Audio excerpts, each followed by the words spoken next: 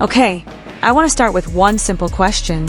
Have you ever been listening to a song, and at a certain point you just got chills? Not because the lyrics were sad, not because the tempo picked up, but because there was something in that sound that felt so right?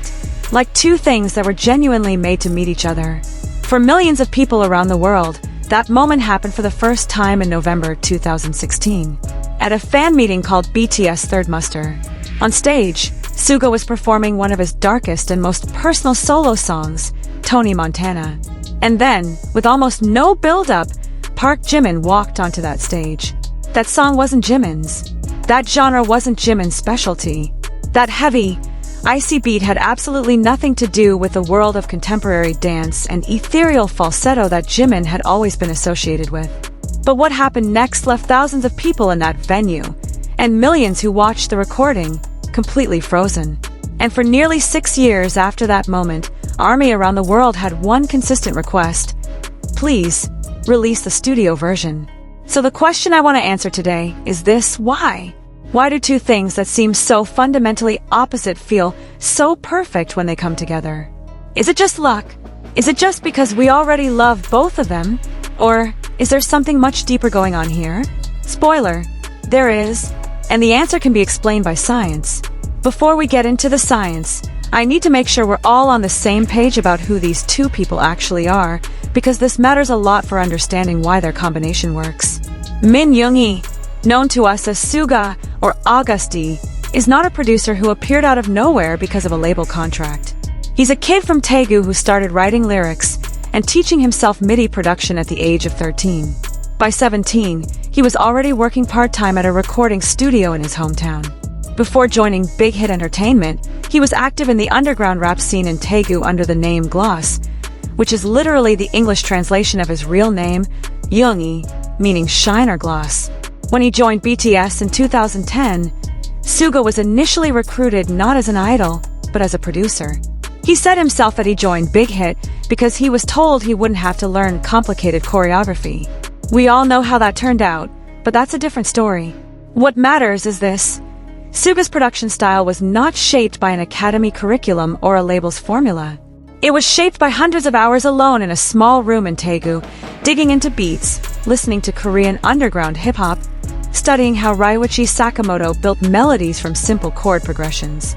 Even before entering Big Hit, he had already been making beats for other rappers in the underground scene, including one for a rapper named Reflow, who proudly told his listeners that his favorite beatmaker was now being recruited by Bang Shiuk to join a new group called BTS. The production style he later introduced to the world through his agustd mixtape in 2016 was described by Billboard as a major departure from conventional K-pop, with a hardcore rap style, raw lyrical introspection, and deep intense bass that underlined his identity. Fuse TV even included agustd in their top 20 mixtapes of 2016. Not top 20 K-pop releases, top 20 mixtapes, across all genres. To this day, over 160 songs are registered under his name at the Korea Music Copyright Association. He writes, composes, arranges, mixes, and masters his own work. He is one of the most self-sufficient artists in the modern music industry, not just in K-pop. Now let's talk about ParkJimin. Jimin didn't enter BTS through the rapper or producer route. He was a contemporary dance student at Korea Arts High School, one of the most prestigious art schools in the country, recruited by Big Hit in the final years of his training. His background was dance.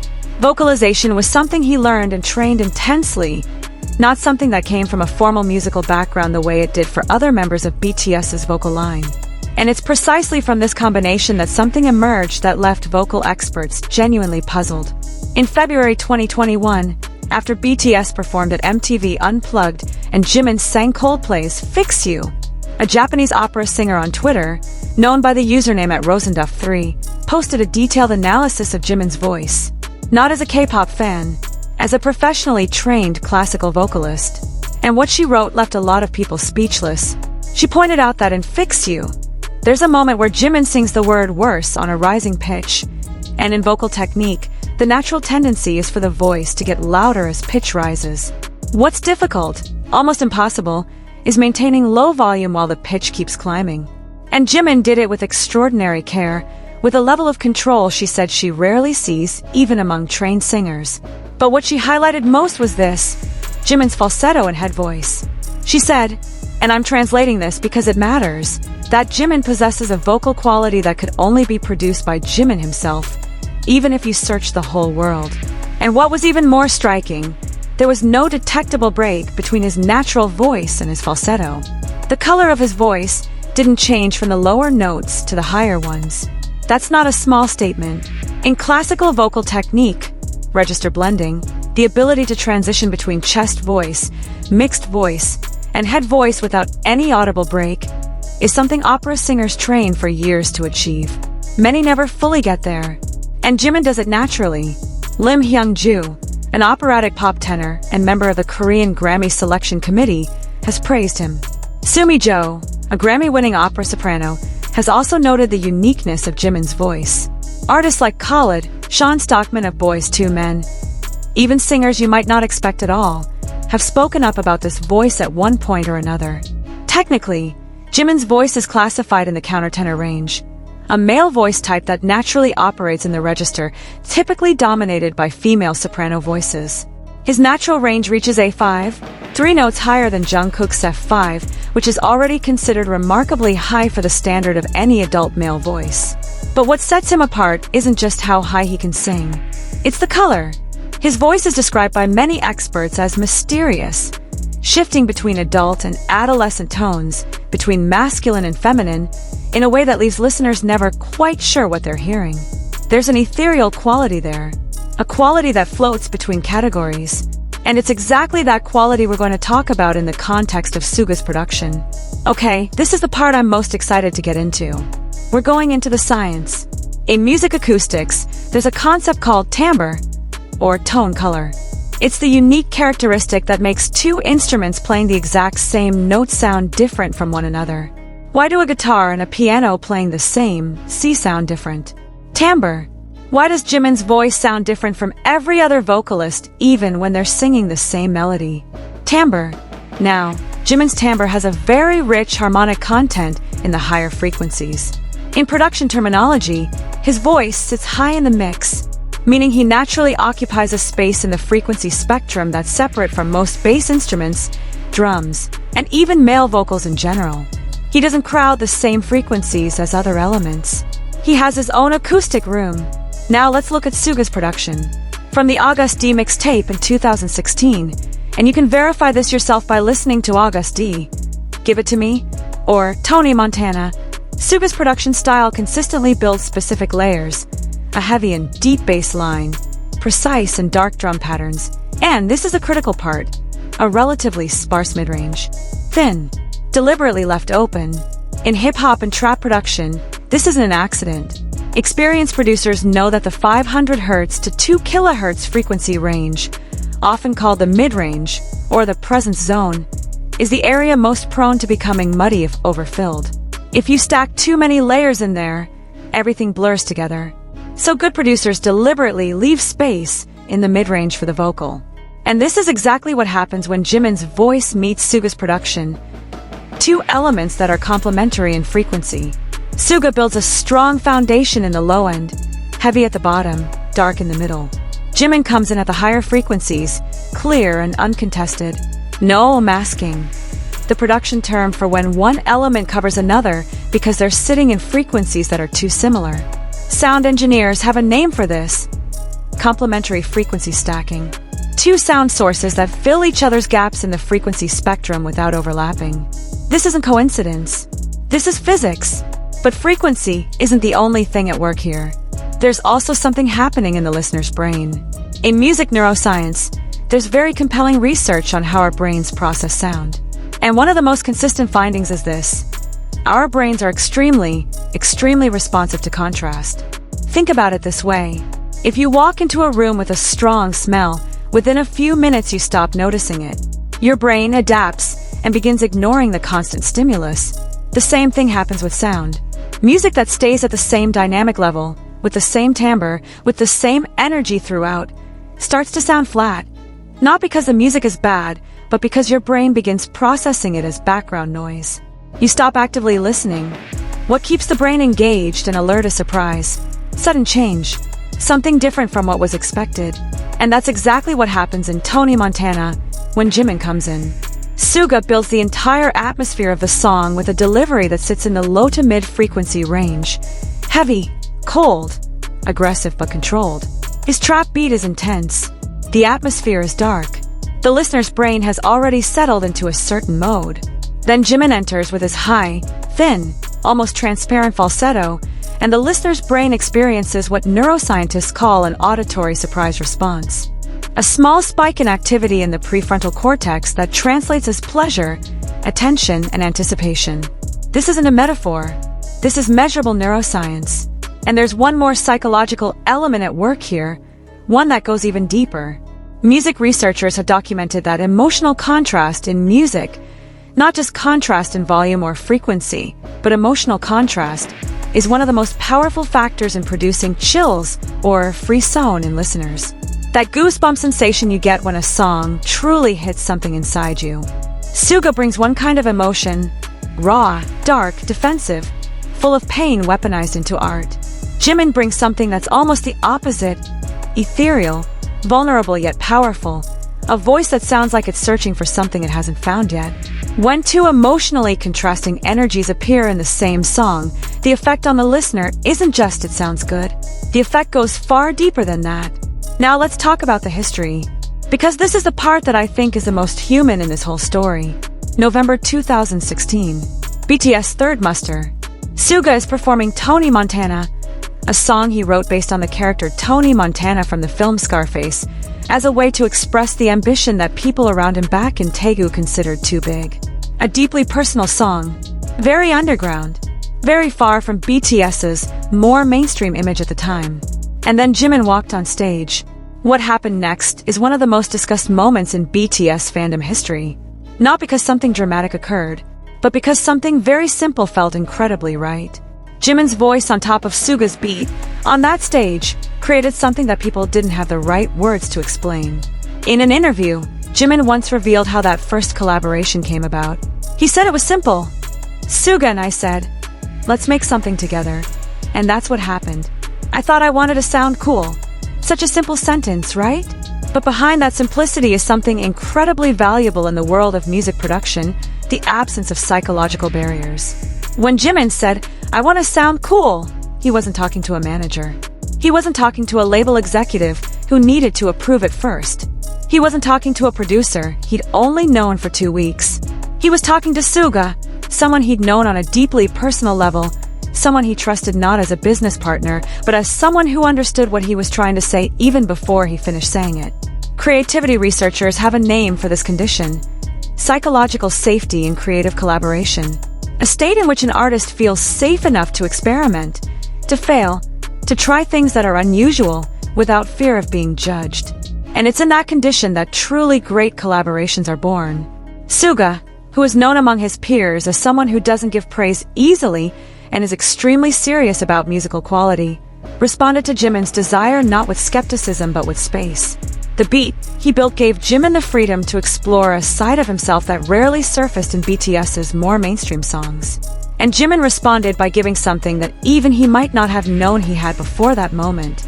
The result was that moment at third muster that started one of the most consistent requests in fandom history: please release the studio version.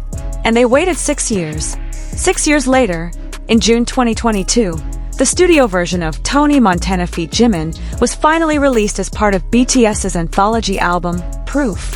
And just as many had predicted, the name Tony Montana trended globally immediately. Not because of hype, because the world had been waiting for confirmation that what they heard in 2016 wasn't a one-time miracle. But this story doesn't stop there. In 2023, something even more fascinating came to light. When Jimin released his first solo album, Face, a production diary commentary was made alongside producer Dog. And in that commentary, a fact was revealed that immediately sent ARMY into a frenzy. Dog revealed that he had initially suggested Suga join as a feature on Set Me Free PT2, Jimin's most intense and powerful solo track on the album. The title itself is a reference to Suga's own song, Interlude, Set Me Free. Dog said, "There's Suga's Set Me Free.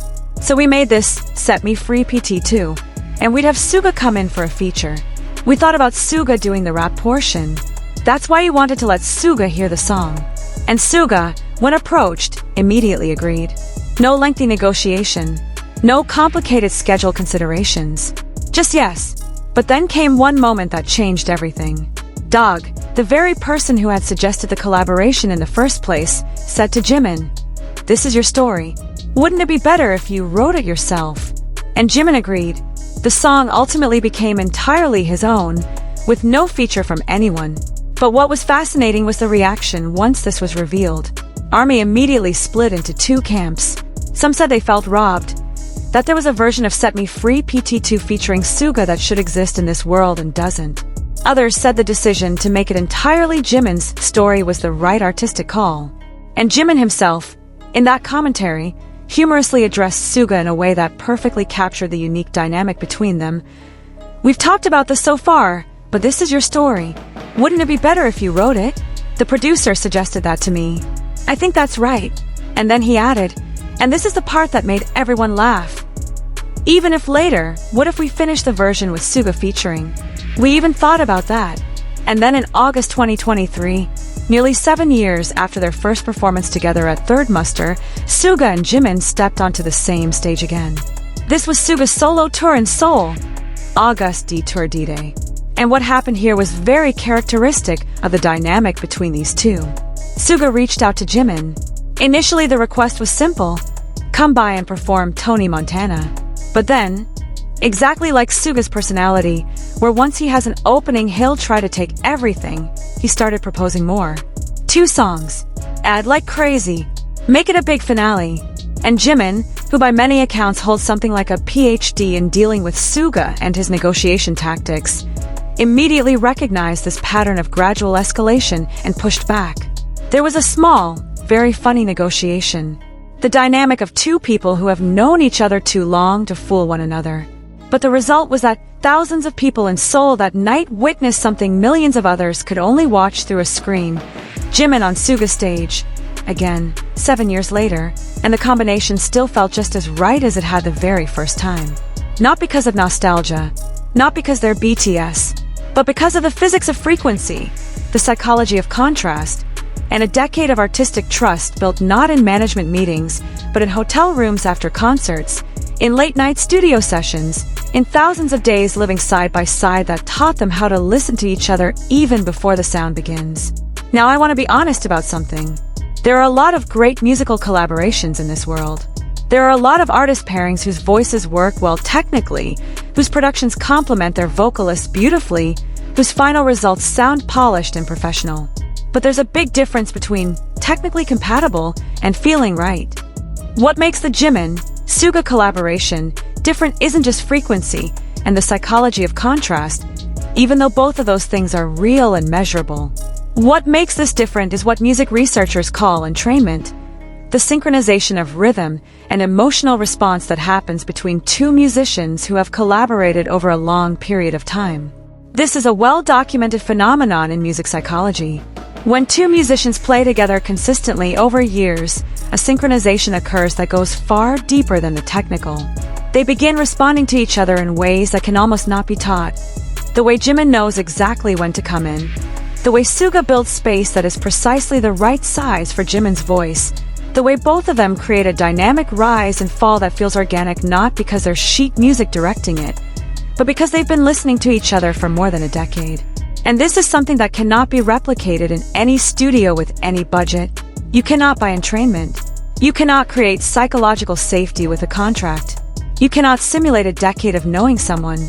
Music psychology research also shows that listeners are intuitively able to detect the difference between a performance that was prepared to sound good and one that was born from a genuine connection between two musicians.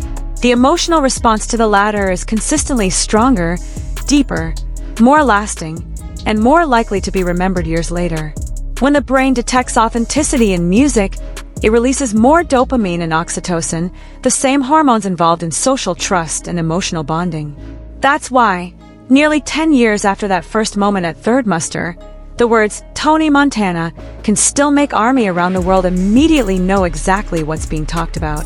Not because they were taught to remember it, but because their brains, the first time they heard it, decided this was something worth keeping forever. So, we've talked about the physics of frequency. We've talked about the psychology of contrast and the auditory surprise response. We've talked about psychological safety and creative collaboration, about musical entrainment that can only come from years of shared time, and about the kind of authenticity that the human brain can detect instinctively. All of that is real. All of it is measurable. All of it exists in scientific journals you can open and read. But there's one last thing I think is most important to remember. In the modern music industry, K-pop especially, but this applies everywhere, almost everything is planned. Every collaboration goes through layers of approval. Every artistic decision has a market consideration behind it. Every moment that looks spontaneous on stage has usually been rehearsed dozens of times beforehand. The collaboration between Jimin and Suga was born from a conversation that sounded like this. Let's make something together. Period. No creative brief. No streaming projections. No focus group determining whether Jimin's voice would demographically suit Suga's beat. Just two people from the same city, with different pasts and different sounds, who discovered that their differences were the greatest strength of everything they made together. And that, I think, is the most scientific explanation of all. Because authenticity has a different frequency, and the human brain, with all its complexity, can always feel it. Jimin wanted to sound cool. Suga gave him the space to do exactly that. And the world has never forgotten what was born from those two simple sentences. It's not hype, it's science. If this video made you curious to dive deeper into Jimin's voice or Suga's production style, let me know in the comments, which collaboration between these two do you think is the most underrated? And if you want me to break down the vocal analysis of other BTS members in detail, subscribe and hit the notification bell so you don't miss it. See you in the next one.